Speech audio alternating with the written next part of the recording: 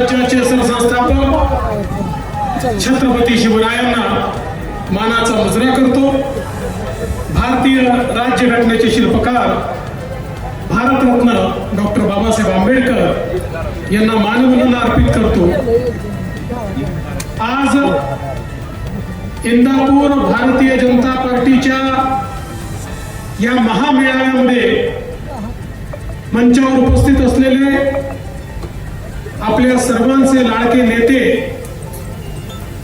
ज्यांनी खऱ्या अर्थानं इंदापूर तालुक्याचा विकास केला आणि या तालुक्याचं चित्र बदललं, असे माजी मंत्री आमचे मित्र हर्षवर्धन पाटीलजी, श्री राहुल दादा कुल, वासुदेव नाना काळे, शरद जामदारजी, अविनाश घोलपजी, पृथ्वीराज जाचकजी, चंद्रराव अण्णा तावडे, चेबी अण्णा गावडे, स्नेहलताताई दगडे, युवा नेत्या आणि ज्यांनी या क्षेत्रात जिल्हा परिषदेच्या माध्यमातून उत्तम काम केलं त्या अंकिताताई पाटील, ॲडव्होकेट कृष्णाजी यादव, युवा नेते राजवर्धन पाटील, मारुतरावजी वनवे, नवनाथजी पडळकर, देवराजजी जाधव, रंजनजी तावडे, मुरलीधरजी निंबाळकर, तानाजीराव घोलप, आकाशजी कांबळे, माऊली चौरे, या ठिकाणी उपस्थित गजानन वागसे,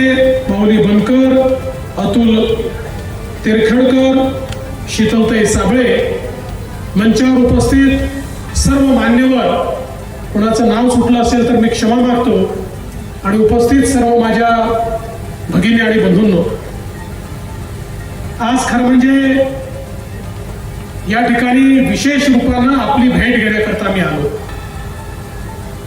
आपल्या सर्वांना कल्पना आहे 2019 साली जनतेने महाराष्ट्रामध्ये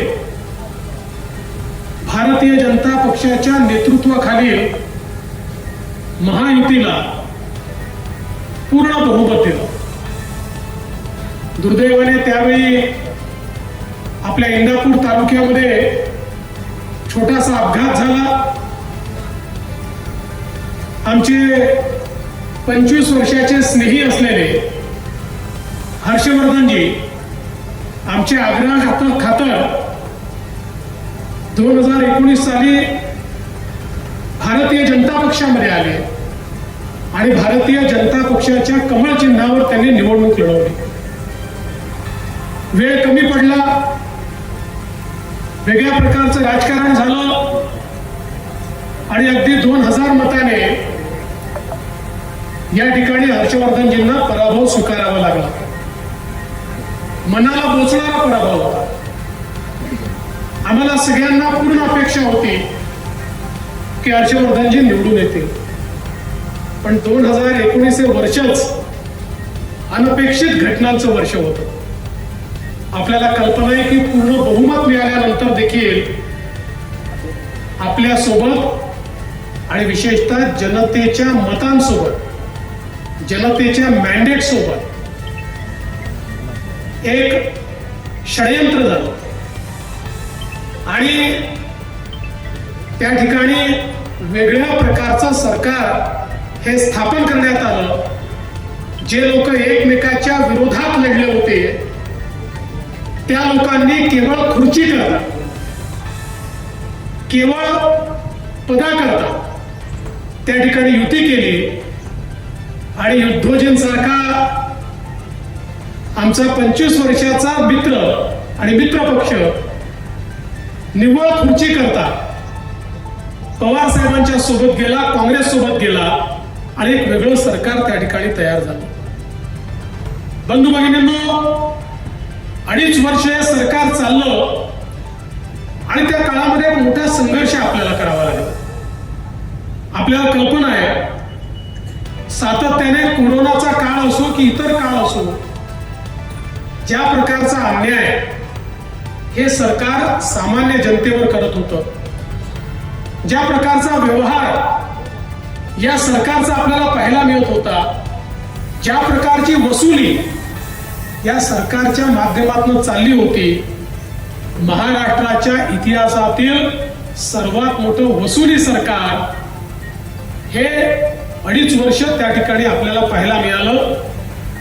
आणि त्याच वेळी आपल्याला कल्पना आहे की ज्या प्रकारचं राजकारण होत होतं ते सहन न झाल्यामुळे एकनाथरावजी शिंदे साहेब यांनी निर्णय केला की आता या महाविकास आघाडीमध्ये मी राहू शकत नाही. श्रद्धेय बाळासाहेब ठाकरेंनी ज्या उद्देशाने शिवसेना स्थापन केली, केवळ खुर्ची करता त्या उद्देशाला त्या ठिकाणी काळिमा फासण्याचं काम चाललं असेल आणि केवळ पुत्रा करता अशा प्रकारचे निर्णय त्या ठिकाणी होत असतील तर मी यांच्यासोबत कसा राहू असा विचार करून माननीय शिंदे साहेब हे शिवसेना घेऊन संपूर्ण पक्ष घेऊन त्या ठिकाणून बाहेर पडले आणि आपण महायुतीचं सरकार पुन्हा एकदा या महाराष्ट्रामध्ये स्थापन केलं. हे सरकार स्थापन झाल्यानंतर आपल्याला कल्पना आहे की आपण अतिशय धडाडीने कामं करत होतो, पण त्याच वेळी राष्ट्रवादी काँग्रेसमध्ये देखील काही वेगळं घडत होतं. त्याही ठिकाणी काही खतखत होती, काही अस्वस्थता होती. त्याही ठिकाणी लोकांचं मत होतं आणि विशेषतः अजितदादा पवारांचं मत होतं की आता जर आपल्याला विकासाकडे जायचं असेल तर या देशामध्ये नरेंद्र मोदीजींच्या शिवाय दुसरा कोणी विकास करू शकत नाही. देश आणि महाराष्ट्राकरता मोदीजींच्या समवेत जाणं हेच सर्वसामान्यांच्या भल्याकरता हा निर्णय असेल. आणि म्हणून सातत्याने त्यांच्या पक्षातली मागणी वाढत होती की आपणही मोदीजींसोबत गेलो पाहिजे.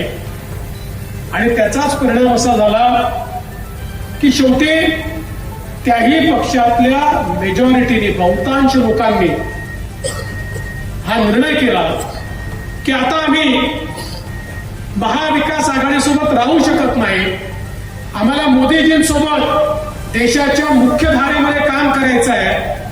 आणि ते लोक देखील आपल्या सोबत आले.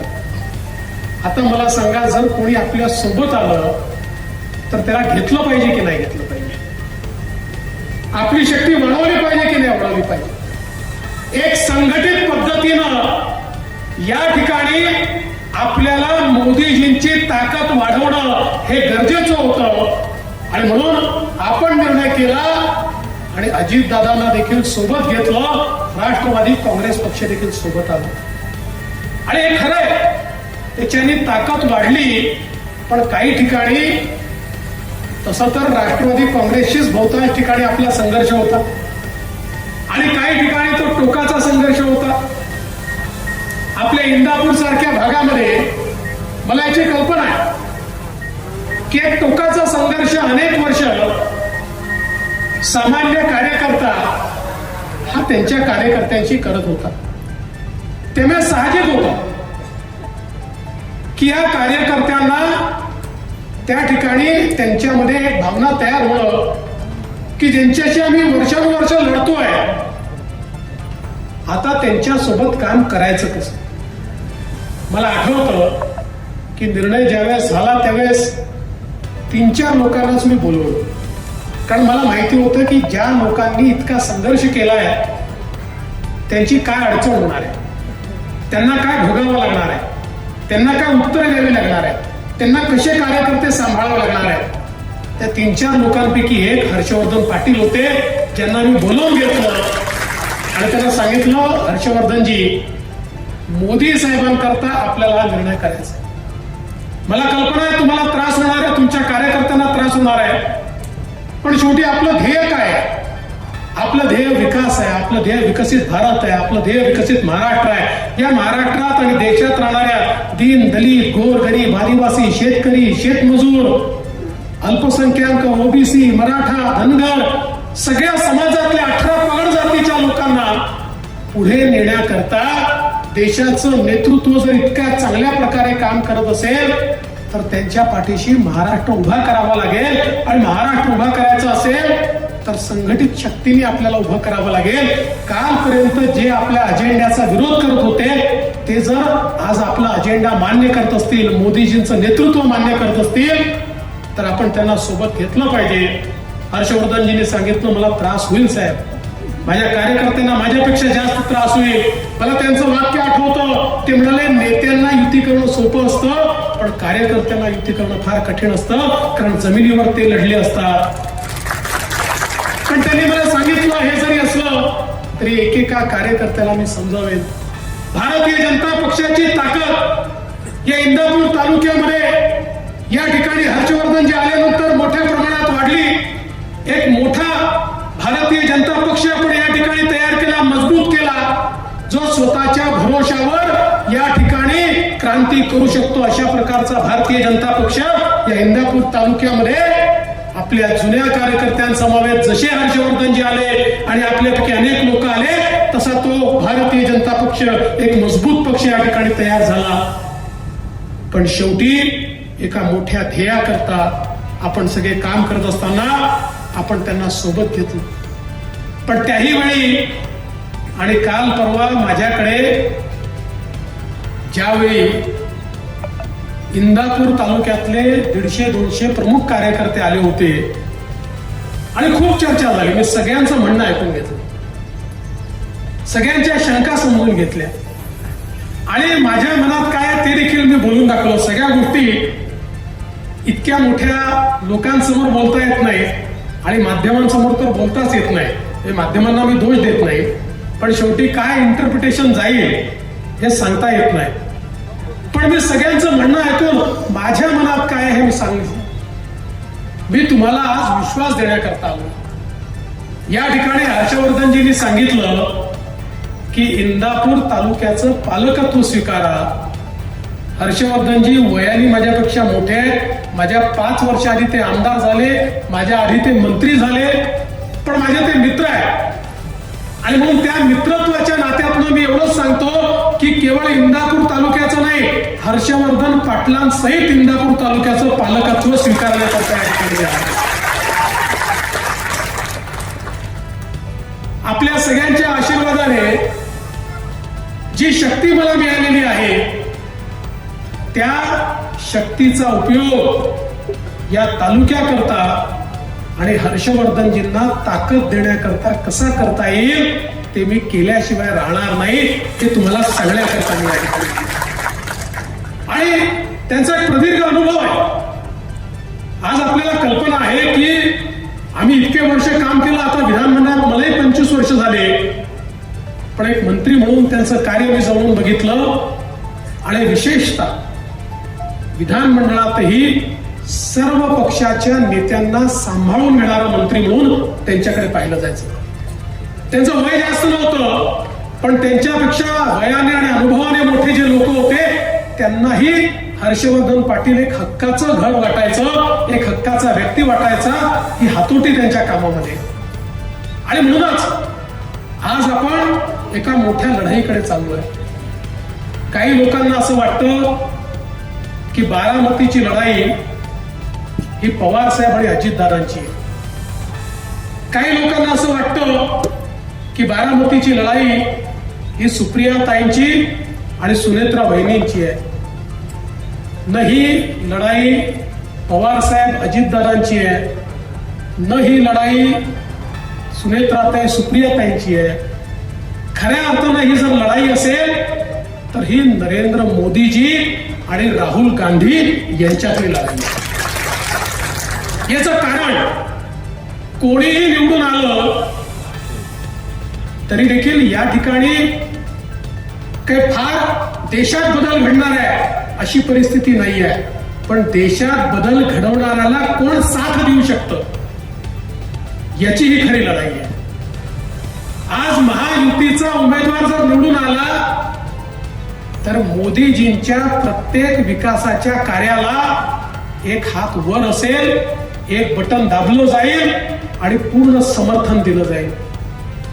आणि गेल्या 5 वर्षामध्ये किंवा 10 वर्षामध्ये आपण बघितलं मोदीजींनी या देशात परिवर्तनाचे जे निर्णय घेतले, जे निर्णय, आणि याच्यावर जर कोणाच्या मनात संशय असू शकत नाही की या देशामध्ये मोदीजींनी जे निर्णय घेतले ते ऐतिहासिक होते, अभूतपूर्व होते की नाही? सांगा, ऐतिहासिक होते की नाही?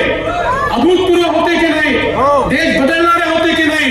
गरिबाच्या जीवनामध्ये परिवर्तन करणारे होते की नाही? या प्रत्येक निर्णयाचा विरोध सुप्रियाताईंनी केला, प्रत्येक निर्णयाचा.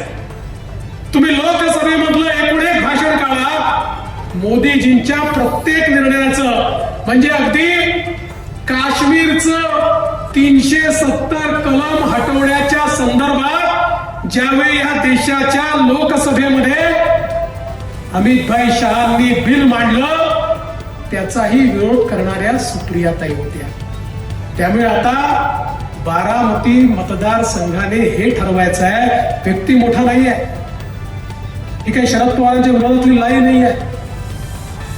बारामती मतदारसंघातल्या लोकांनी हे ठरवायचं आहे की बारामतीचा खासदार हा मोदीजींच्या विकास यात्रेमध्ये चालेल की राहुल गांधींच्या ज्या समाज विरोधी आणि देशाचा विकासाचा अजेंडा पूर्णपणे डिरेल झाला पाहिजे अशा प्रकारच्या मानसिकतेच्या मागे चालेल, याचा फैसला या निवडणुकीच्या माध्यमातून होणार आहे. आणि म्हणून बंधू भगिनींनो, मला कल्पना ही निवडणूक जशी जशी पुढे जाईल, ही निवडणूक एक प्रकारे वेगवेगळ्या भावनिक मुद्द्यांवर जाईल.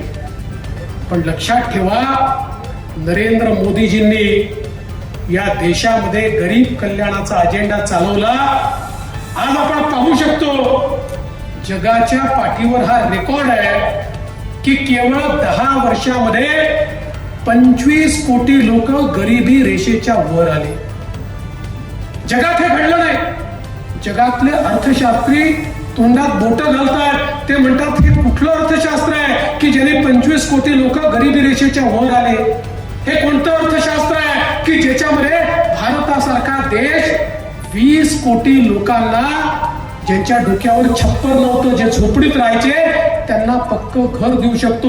हे कोणतं अर्थकारण आहे की 75 वर्षानंतर ज्या 50 कोटी लोकांना पिण्याचं पाणी नव्हतं, ज्यांना हंडे घेऊन विहिरीवर नाहीतर तलावावर जावं लागायचं, नदीवर जावं लागायचं, अशा 50 कोटी लोकांना शुद्ध पिण्याचं पाणी त्यांच्या घरी मिळालं? हे कोणतं अर्थकारण आहे? हे कोणतं अर्थकारण आहे की गरीबाला त्याच्या घरी शौचालय मिळालं, त्याच्या घरी गॅस मिळाला? हे कोणतं अर्थकारण आहे की ज्याच्यामध्ये 50 कोटी पेक्षा जास्त लोकांना मुद्राचं लोन मिळालं आणि ते आपल्या पायावर उभे राहिले?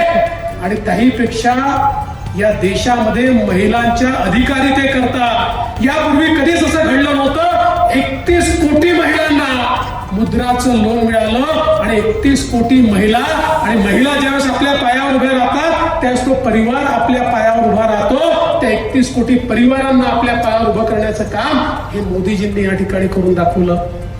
आज गरीब असेल, शेतकरी असेल, आदिवासी असेल, आज आपण बघा, मोदीजी ज्यावेळी देशाचे प्रधानमंत्री झाले त्यावेळी आपल्याही राज्यातले मोठे मोठे नेते म्हणायचे, अरे मोदींना ऊसातलं काय समजतं, मोदींना साखरातलं काय समजतं, मोदींना कारखानदारीतलं काय समजतं, ऊसाच्या शेतकऱ्याचं काय समजतं. पण आज हर्षवर्धनजी या ठिकाणी आहे, ते तर सगळ्यात मोठ्या बॉडीचे आता चेअरमन त्या ठिकाणी झालेले आहे.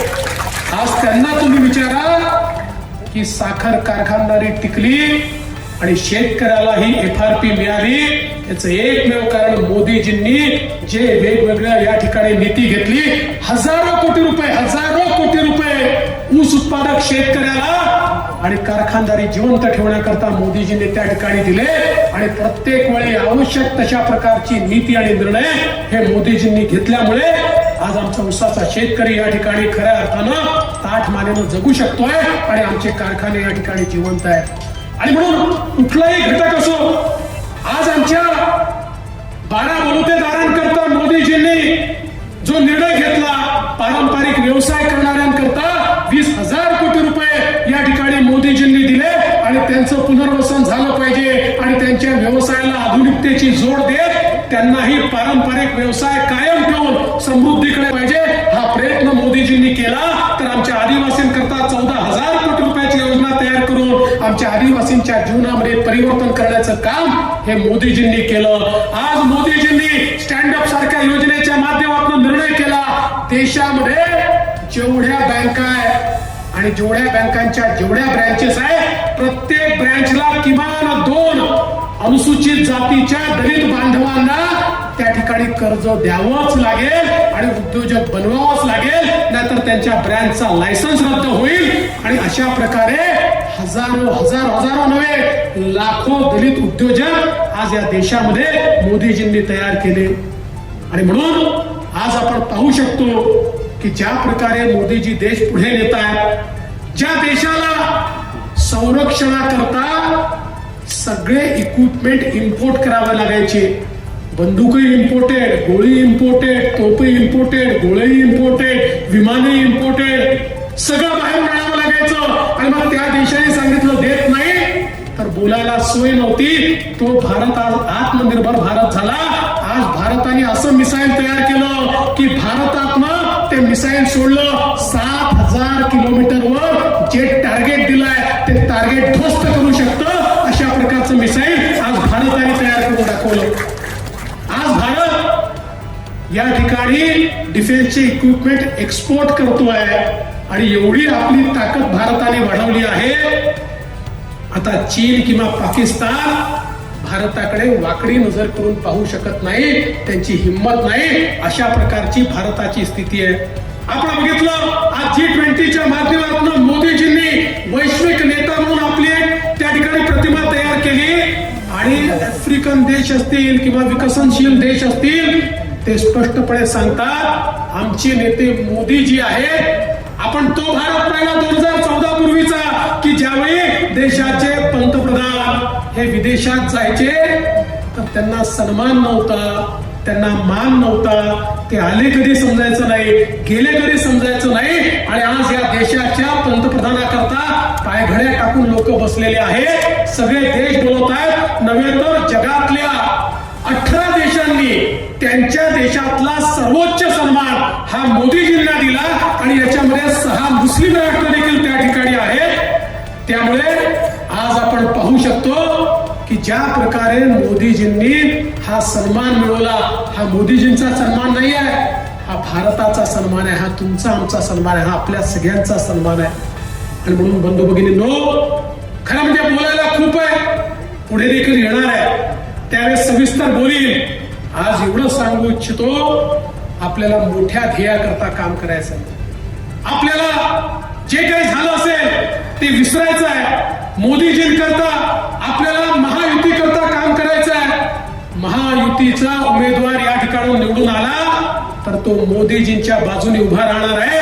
आणि तो महायुतीचा उमेदवार बारामतीचा खासदार मोदीजींसोबत उभा असलेला आपल्याला पाहायचा आहे. आणि म्हणून आपण सगळे या ठिकाणी एकत्रित आलो. मी तुम्हाला एवढंच आश्वस्त करतो, तुमच्या मनात जे तुमच्या ज्या कुंठा आहेत, तुमच्या ज्या संकल्पना आहेत, तुमच्या ज्या अडचणी आहेत त्या सगळ्या मी समजून घेतल्या आहेत. आणि त्या संदर्भात उचित आणि सकारात्मक अशा प्रकारचा निर्णय हा कृतीमध्ये झालेला तुम्हाला पाहायला मिळेल. हा विश्वास मी तुम्हाला या ठिकाणी देतो.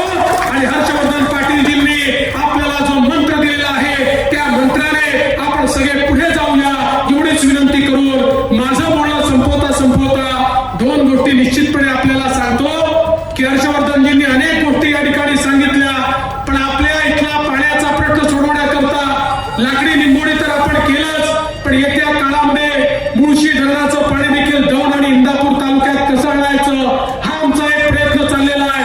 आणि खडक वाचल्याचं जे टनेल आहे ते करून दरवर्षी 3 TMC पाणी हे दौंड आणि इंदापूरला कसं आणायचं हा देखील प्रयत्न आमचा चाललाय. तुमचे आशीर्वाद जर पाठीशी असले तर हर्षवर्धनजी, राहुल कुलजी, आम्ही सगळे मिळून या भागाला सुजलाम सुफलाम केल्याशिवाय राहणार नाही एवढंच या निमित्ताने सांगतो आणि माझं बोलणं संपवतो. धन्यवाद. जय हिंद, जय महाराष्ट्र.